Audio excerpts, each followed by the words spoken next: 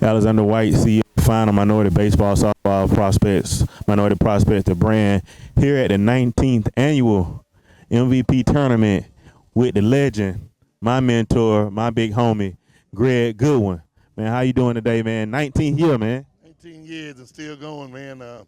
Doing great. We can't do nothing about the weather, as you know. I mean, all baseball people know we wish it wouldn't rain, but it is what it is. So we're going to keep it moving. We're going to keep it moving. So, first question of the evening, Mr. Goodwin, what keeps you going? What keeps MVP alive? Well, the fact that all these kids are not going to play pro baseball, and a lot of them have dreams to play pro baseball, but they're going to go pro in something. So we're trying to get them in school, and that's what we do. Try to get these kids in school, and we've never been a money grab. We try to be realistic with these kids, let them know, your opportunity to go to school is much greater than playing professional baseball. Ain't for 750 Major League Baseball. Definitely. Come on, man. Definitely. So good. When we talk about when you started and created MVP, what made you start MVP? For this, it was none of its time, right? When we talk about the breakthrough MVP and just different events, wasn't nothing going on. So what made you start MVP? But I started because they were telling a lie about the black kids not playing baseball, and I was scouting at the time with the Dodgers, and I was seeing black kids on 1-2 on team. I know they were playing, but they just wasn't playing collectively, and the parks were drying up. Wasn't nobody in the parks anymore, and so we said, let's do our own tournament and get all the black kids in one spot, and that's what we did.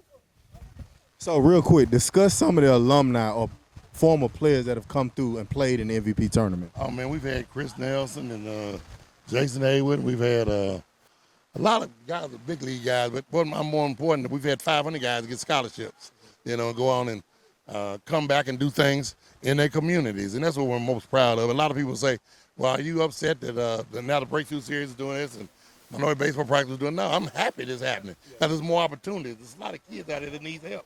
So I'm glad of what you guys are doing, what Chip Lawrence is doing with Pro Youth Foundation, what the Chicago Ace is doing. It's great because it's kids getting more help, more exposure. And as you guys know, more kids are getting exposure.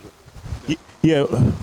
So when we talk about just growing the game, and then we just ended up seeing the draft. My last legacy kid, Ortiz, was the last one that I had when I was there at Redan getting drafted. Redan being the Mecca. What is one of the key things you've seen with over 40 guys drafted out of Redan for kids out there to kind of understand? What is something that you've seen in kids to get them an opportunity to get drafted? Not just talent, but what are those intangible things you've seen? Again, Alex, as you know, you got so many kids in college, and you had a winning atmosphere. Kids like to win, If you win, they come, So people saying, well, they recruiting, they doing this. If they playing winning baseball, and we don't have an opportunity to tell people not to come, So they want to come and do the right thing. They move in the neighborhood. We want to give them an opportunity to be seen. We want to give them an opportunity to go to school. And if they get drafted, that's great, So again, it's the coaches that we've had that it's more than a job to them. It's a passion, and that's what they do. One thing I say about Redan and any other players what made me start Minority Prospects, not just the atmosphere and the talent. It was more when I tell people why did we have so many guys go to college get drafted, the people that we had around us, right? And the people that they had around us with you and me and the connections you had. What do you say about that for other people that need the right people around them? How can they get the right people? Because we always talk about, getting around the right people, but how do people know who are the right people? Well, just like you know who the right people are, like Dez knows who the right people are. A successful program, and you're not selfish. You're not selfish. If they ask, we're going to feed them. We can't do this by ourselves. We want younger people to get in the game.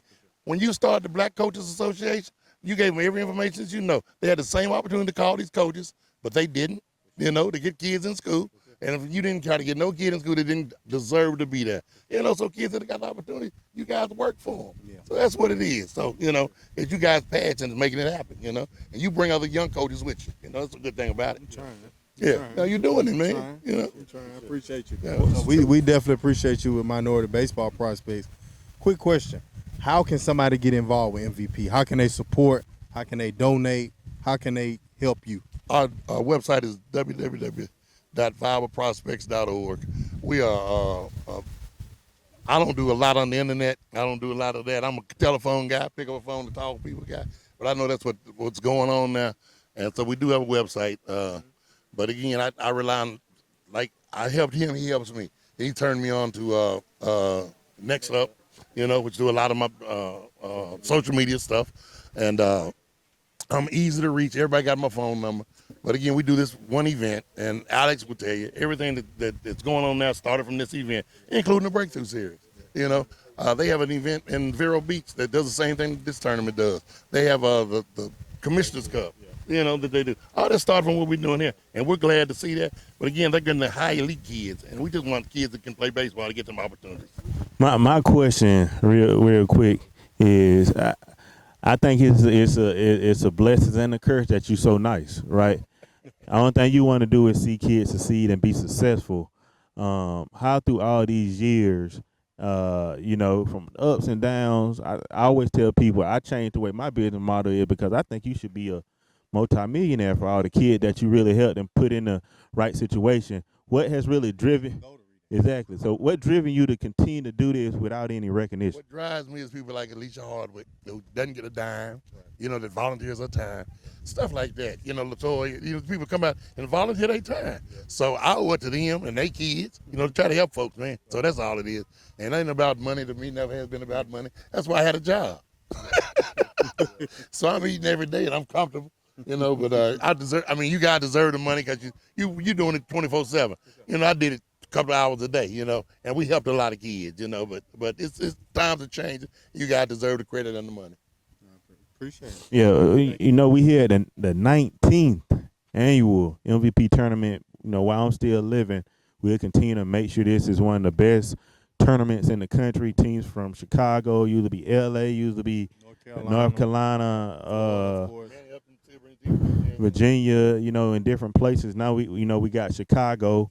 With Radcliffe and the White Sox Ace program. This is where it really started, guys. This is where all the ideas of bringing minorities up in one situation and putting them in the best situation to succeed started with Mr. Greg Goodwin. Again, I don't think we give you enough credit. But what is one thing you would, one thing I feel like that hinders kids around the country is parents, right? What is one recommendation you would give to parents? Because you was a principal, you was a head coach, you was over MVP. You done mentored a lot of kids. What is one recommendation you would give to parents around the country? Yeah, I think they need to listen to the right people. And they listen to too many people because there's so many people out there that's giving lessons now, charging $100 an hour, and they never did nothing in baseball. And they say, well, I got this guy that's working with my kid. But he didn't do anything in baseball. Get with the right folks, man. Yeah. And again, be realistic about your kid's talent. If a kid is not a D1 guy, it's okay to go D2. That leads us to our next junior question. college. It's okay, man. Go get education. What's your take on D1 or nothing? That's ridiculous. That's ridiculous, man. Everybody can't play D1. Everybody can't play Major League Baseball. But everybody can be professional in something. Use baseball. Don't let baseball use you.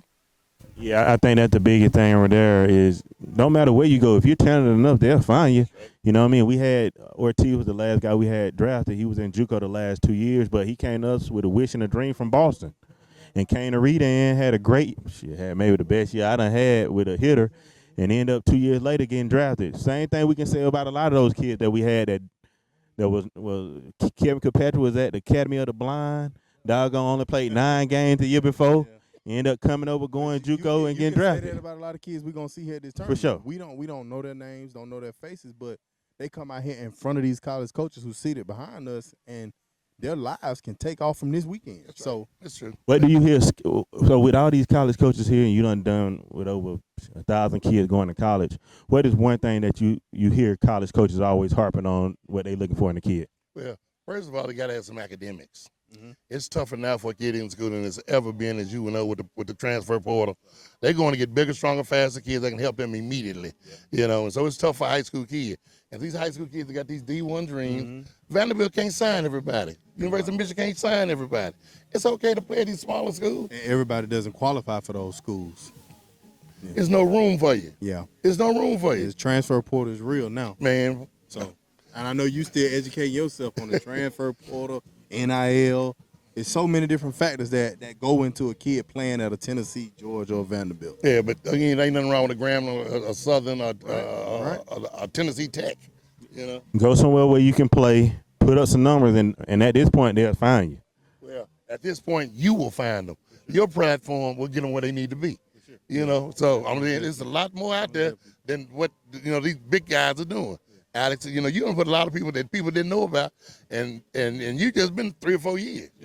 Right. He's definitely helped me a lot at my high school. Man, like come I on. shoot him a text, hey, I got a kid that can do this and that, and he shoot me 3 schools and coaches number at a heartbeat. So That platform is there, and now you talking about a kind and nice thing. You do the same thing for folks if they ask. Now you don't just go out and look for folks to do it, but because you're busy, but you'll help, and that kind of stuff, man. We appreciate you. This is Greg Goodwin. If you don't know Greg Goodwin, make sure you research him. Handful of big time Hall of draft pick. Probably the most notable who played in the league for what 15 years, 16 years. One of my best friends, Brandon Phillips. Just a lot more, man. He's been responsible for me coming to Redan. I was at Griffin High School. He called me while I was in the playoffs. Said, "You ready to go?" I said, "You ain't got to ask me nothing else. I'll be there tomorrow." One of the best decisions of my life, man. But one thing we want to, make sure you have a mentor, and make sure your mentor is doing it right. yeah. Right? You can't ask for a better mentor than Mr. Greg He Goodwin. always pick up the phone when we Yep. call. He always got something for us to do. He always had something for me to do. So if you don't want to work, don't call him. But nah, man, he's been one of the best mentors I've had. Him and Alex, this Redan legacy that they've got going, it's something special. So find your mentor, surround yourself with the right people, listen, and be willing to learn. Make sure you tune in. We'll have highlights all weekend from the MVP tournament, from Next Up Baseball, and man, shout out to Greg Goodwin, man. Coach interviews. So we got a lot going on this weekend at Gresham Park. Thank y'all. Appreciate you, brother. Yes, sir. All right, man. Appreciate it.